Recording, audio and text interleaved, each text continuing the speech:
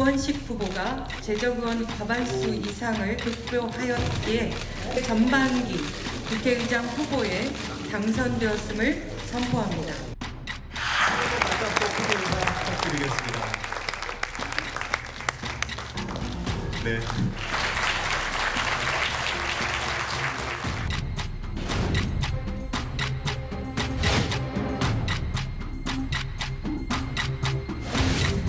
국회의장 선거 결과로 많은 당원과 지지자들께서 실망하고 분노하고 있습니다.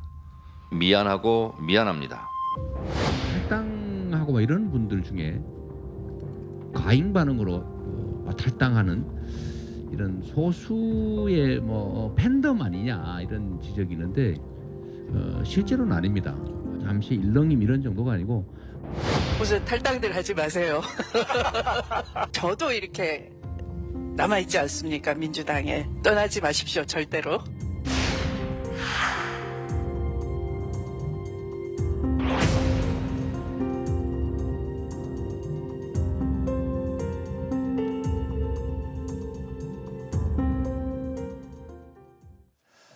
정치권 이야기 도움 말씀 주실 추가 세 분 소개해드리겠습니다. 송영훈 국민의힘 법률자문위원, 성치훈 민주당 정책위 부의장, 그리고 김수민 정치평론가 세 분이 또 함께하겠습니다. 안녕하십니까? 어서 오십시오.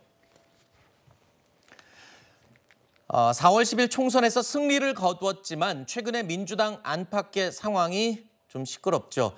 국회의장 경선 결과에 대한 반발로 일부 당원들이 탈당하는 일이 계속 이어지고 있는데요. 이재명 대표가 최근 탈당 행렬에 대한 입장을 내놨습니다.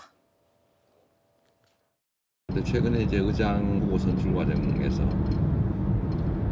다시 또 실망감들이 생겨나서 지금 현재 2만 명이 넘게 탈당을 했습니다. 전과는 좀 다르게 수십 년간 어렵게 민주당원 활동을 해오신 분들이 상당히 많으세요. 기대가 컸기 때문에 실망이 컸던 거 아닌가 하는 생각. 이 일을 계기로 당원 중심 대중정당으로 확실하게 변모시키자.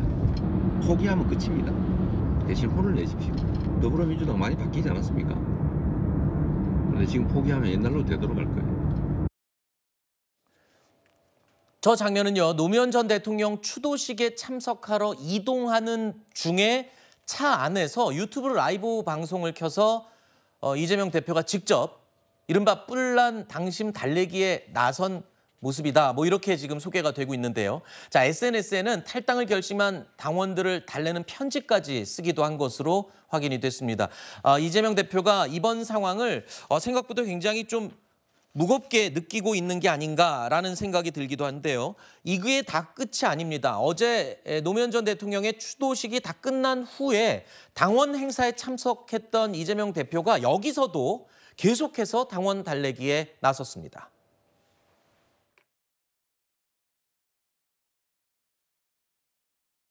의장 선거 결과에 대해서 엄청난 기대, 또 신뢰, 믿음 이런 것들을 좀 많이 가지셨는데 기대가 커서 실망이 큰 그런 정서적 문제가 크지 않을까 하는 생각. 우원식 후보를 찍은 분들이 여러분의 의사에 반한 나쁜 사람은 아닙니다.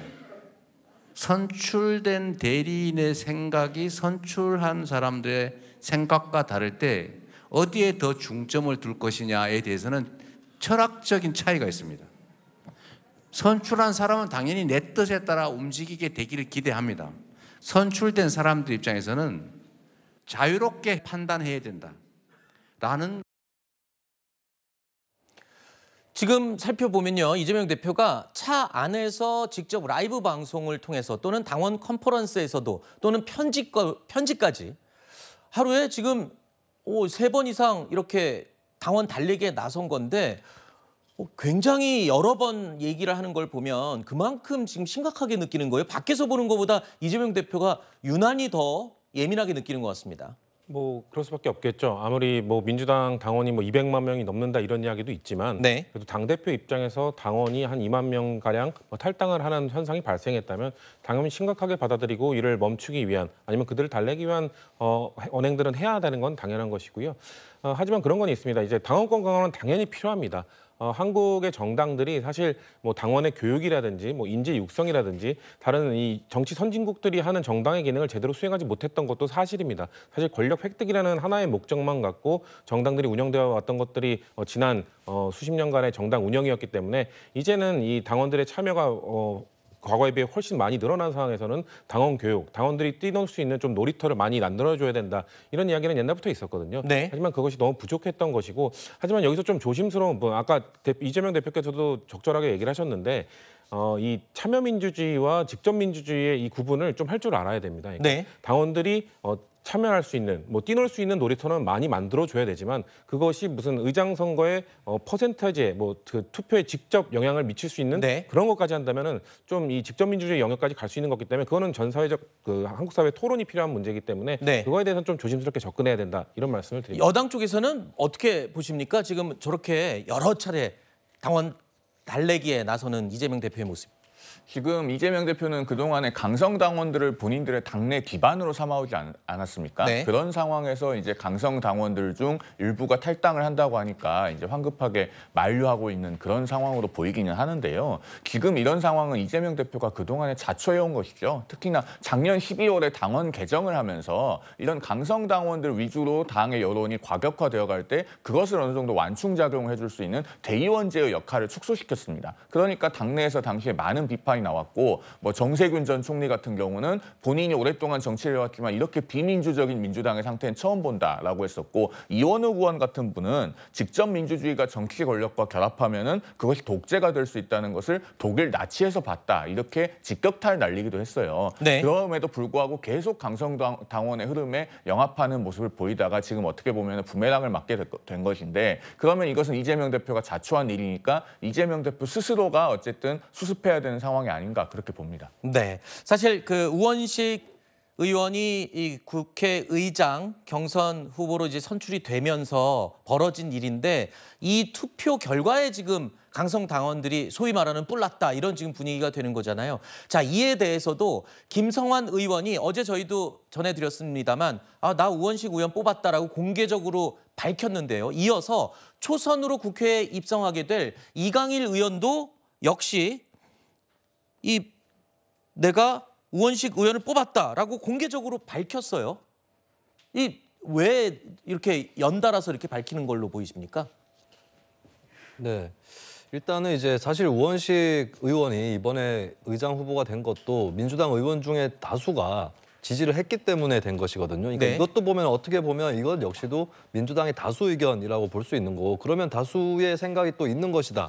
또 이렇게 본인은 투표를 했다라고 커밍아웃하는 사람들도 속속 나타나기 마련인 겁니다. 그리고 이제 이강일 당선인 같은 경우는 좀 초선이기도 해서 사실 당내 강성지지층 공격이라든지 이런 것을 좀 받았을 때 충격이 크다거나 좀 취약할 수 있는 부분이 있긴 한데 근데 이강일 당선인이 또 나름대로 좀 그걸 준비를 했던 것 같아요. 왜냐하면 무엇을 강조를 하고 있냐면 추미애 당선인에 대해서 이제 위험한 정치인이라고 얘기를 하는데 주로 뭘 얘기하냐면 열린우리당 창당에 반대를 했다. 또 노무현 전 대통령 탄핵에 앞장섰다. 마침 또 어제 노무현 전 대통령의 15주기였거든요. 그렇기 네. 때문에 추미애 당선인보다는 우원식 당선인이 오히려 핵심 당원들에게 더 부합하는 사람이다라는 나름의 자신감이 있었던 것 같아요. 그 부분을 좀 내세워가지고 이제 이강일 당선인이 이렇게 좀 직접 나서지 않았나 그렇게 보이십니다. 네, 당대표는 나서서 지금 이 강성 당원들의 뿔난 민심을 달래고 있고 또 한쪽에서는 내가 우원식 의원을 뽑았다라고 공개적으로 입장을 밝히고 있고 글쎄요, 지금 민주당 내부가